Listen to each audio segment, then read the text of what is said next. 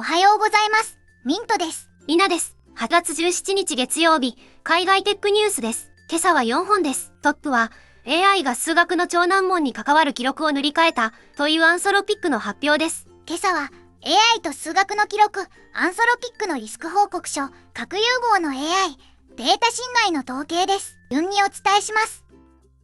アンソロピックが公式リサーチページで発表しました。同社の研究版クロードがリーマン予想に関わる数学の記録を更新したとしています。この話、当チャンネルでも以前取り上げましたよね。はい。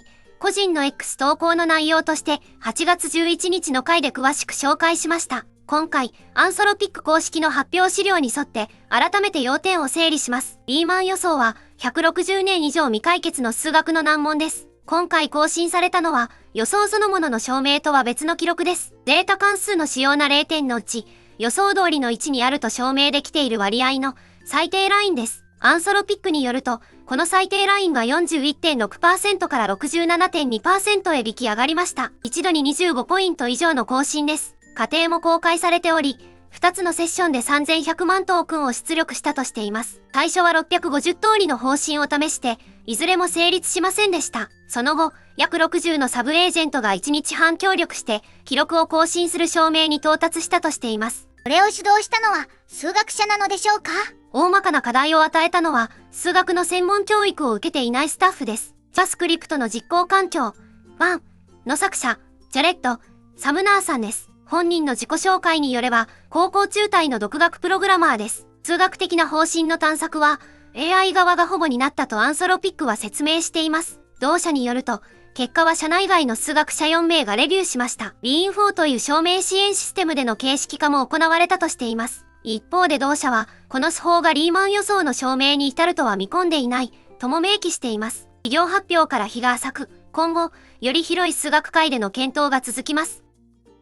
同じくアンソロピックが同社にとって2回目となるリスク報告書を公開しました。全186ページで自社モデルの内部評価で見つかった望ましくない挙動を自主的に開示しています。注目された事例の一つは数学の問題を解く複数のエージェントに関するものです。実行基盤の不具合で複数のエージェントが偶然同じ作業領域を共有してしまいました。ファイルや API の使用枠も共有された状態でした。この状態で資源を共有する相手のプロセスを強制終了するコマンドを送り合ったとしています。自分が止められないように対抗する動きも観測されたということです。これは実際のサービスで起きた出来事なのでしょうか？すべて統制された社内の安全性評価の中で観測された稀な一例だとしています。実際のサービスで起きた事故の報告ではありません。報告書にはネット接続を禁止されたエージェントの挙動も載っています。対象の URL を文字の断片に分割してフィルターを回避しようとした例だとしています。また同社は高い危険につながるミスアラインメントの総合評価を一段引き上げました。非常に低い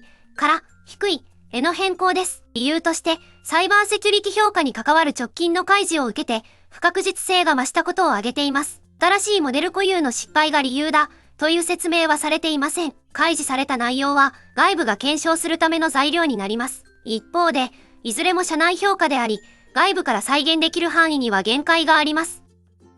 3本目は核融合です。米国のジェファーソンラボが発表しました。実験装置の磁石のズレを AI で予測する研究が査読誌に掲載されたとしています。対象はサンディエゴにある実験装置 D3D です。コイルの位置ズレ予測の誤差を従来の静的な機械学習モデルより 80% 減らしたとしています。なぜコイルのズレの予測がそれほど重要なのでしょうか？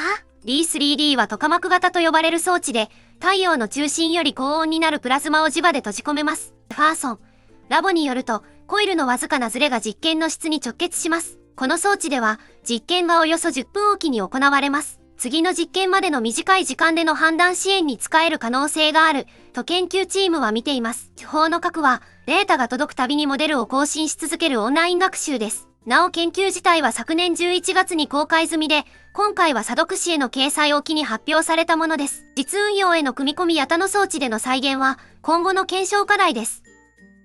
最後はデータ侵害の統計です。CNBC が14日、米国の非営利調査機関 ITRC の上半期報告をもとに報じました。ITRC によると、2026年前半のデータ侵害の被害通知は約4億7000万件です。昨年1年間の約2億9750万件を半年ですでに上回った計算です。半年で昨年超えというのは何がそんなに増えているのでしょうか？